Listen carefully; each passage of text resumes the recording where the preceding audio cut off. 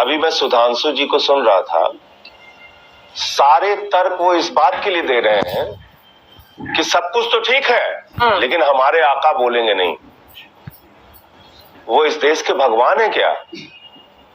उनको इस देश के लोगों ने चुनकर भारत का प्रधानमंत्री बनाया है और वो हर विषय पे बोलते हैं। 1.5 घंटा भाषण देने की क्षमता उनके अंदर है।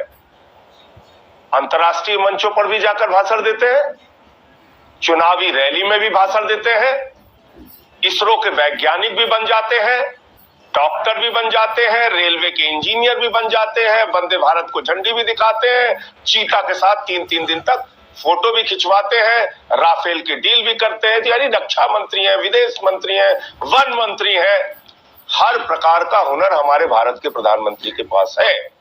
लेकिन जब देश का एक हिस्सा जल रहा है, जब वहां महिलाओं के साथ बलात्कार हो रहा है, छोटे छोटे बच्चों का कत्ल हो रहा है, लोग रिलीफ कैंप में रह रहे हैं, इतनी बड़ी त्रासदी है, तो 78 दिन के बाद 36 सेकंड के लिए मुंह खोलेंगे और उसमें भी राजस्थान लाएंगे, छत्तीसगढ़ लाएंगे, राजनीति लाएंगे। क्या इस बात को पूरा देश देख नहीं रहा है? देश के प्रधानमंत्री इतने संवेदनहीन हो सकते हैं क्या? कारगिल युद्ध में शामिल एक रिटायर्ड सूबेदार, उसकी पत्नी को निवर्स्त करके टहलाया गया, दरिंदगी की गई, हैवानियत की गई। उस व्यक्ति का बयान है कि मैंने देश की रक्षा के लिए कारगिल का युद्ध तो लड़ा, अपनी पत्नी की रक्षा नहीं कर पाया। क्या ये 140 करोड़ लोगों के लिए शर्मिंदा होने की बात नहीं है?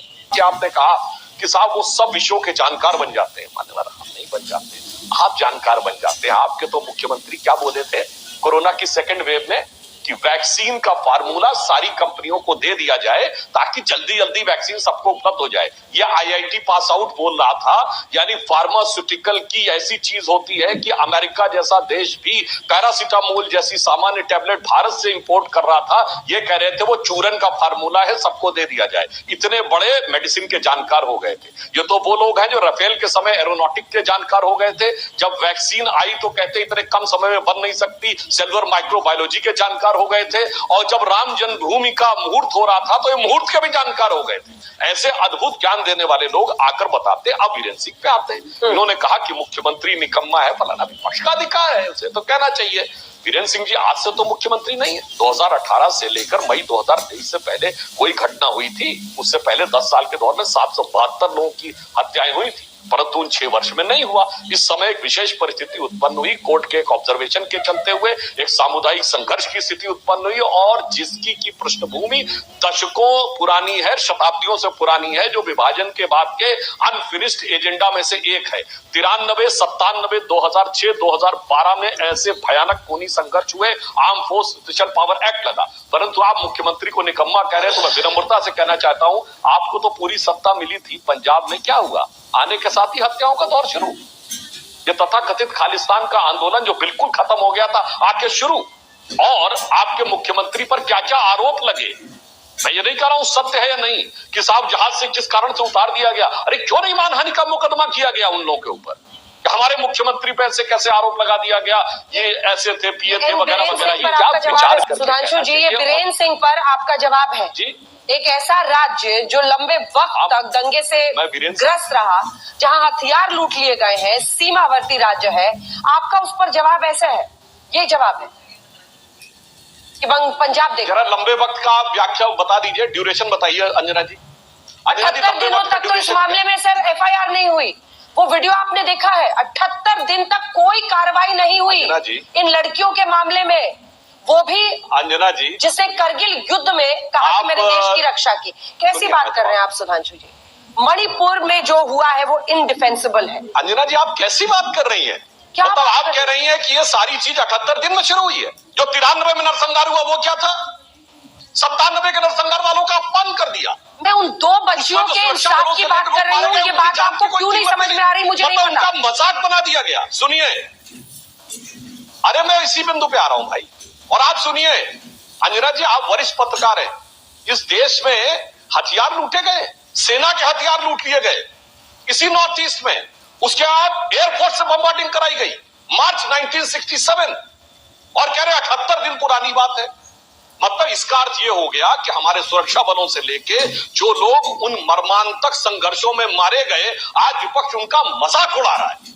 कि उनके बलिदान की, उनकी जान की कोई कीमत ही नहीं थी, वो सब कुछ तो क्षम्य था और यह क्षम्य। अरे भाई ईमानदारी से बोलिए ना। जैसे कश्मीर में अगर आज कुछ हो रहा है तो ऐसा नहीं कह सकते नहीं सब 47 साल तक वो सब भूल जाइए, केवल आज की बात करिए। इसलिए मैं ईमानदारी की बात कहता हूं कि यहां पर एक संवेदनशील स्थिति, और ये लॉ एंड ऑर्डर से नहीं उत्पन्न हुई, ये कोर्ट के एक ऑब्जर्वेशन के बाद उत्पन्न।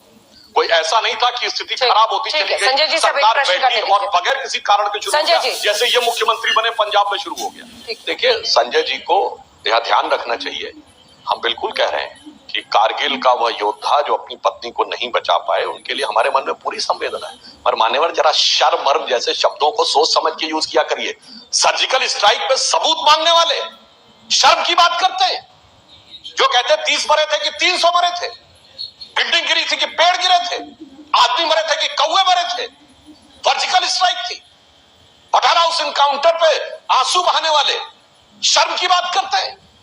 9 फरवरी 2015 आपकी सरकार थी दिल्ली में, अफजल गुरु की बरसी के ऊपर भारत तेरे टुकड़े होंगे वाले जब जेएनयू में नारे लगे, तो चूंकि प्रोसीजर को आप महीनों लटका के रखे कि उनके खिलाफ कार्रवाई नहीं होनी चाहिए।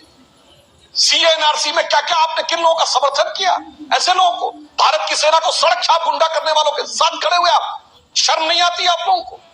आप क्या काउंसलर दंगा करने के लिए उसके घर के ऊपर गुलेल लगी हुई है, एंगल राइनल लगा के रखा गया है, और पूरे के पूरे ताहिर हुसैन की बात कर रहा हूं, उस पर आपको शर्म नहीं आती?